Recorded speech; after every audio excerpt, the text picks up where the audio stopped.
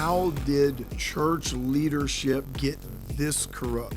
We'll just call this extortion church discipline. It's like, how did they get to this point of corruption and just giving religious names to crimes? And where I think it all started was, if you go back, there's all these pockets of that. It was one of the things when I first saw the documentary on Ted Haggard and all that going on back then with a lot of these art guys involved. He's seeing a male prostitute and doing meth. He had a relationship with me. We had gay sex. I'm just meth every now and then, like bag of meth. And I was fascinated to see, Larry Stockstill and all that, and they're talking about restoration with Ted, and, they're going to transition the church, and it was, this moral failure. I'm like, man, last time I checked, meth and prostitution are crimes.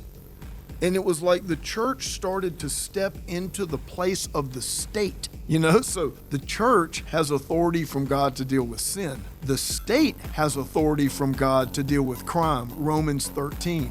And we've switched these things up with Corinthians 6 and Romans 13. And it's like, we think that the church has authority to deal with crime and damages and those types of wrongs. No, the church can deal with the sin of that, right? But the state deals with crimes. Those are the two authority mechanisms that God has put there.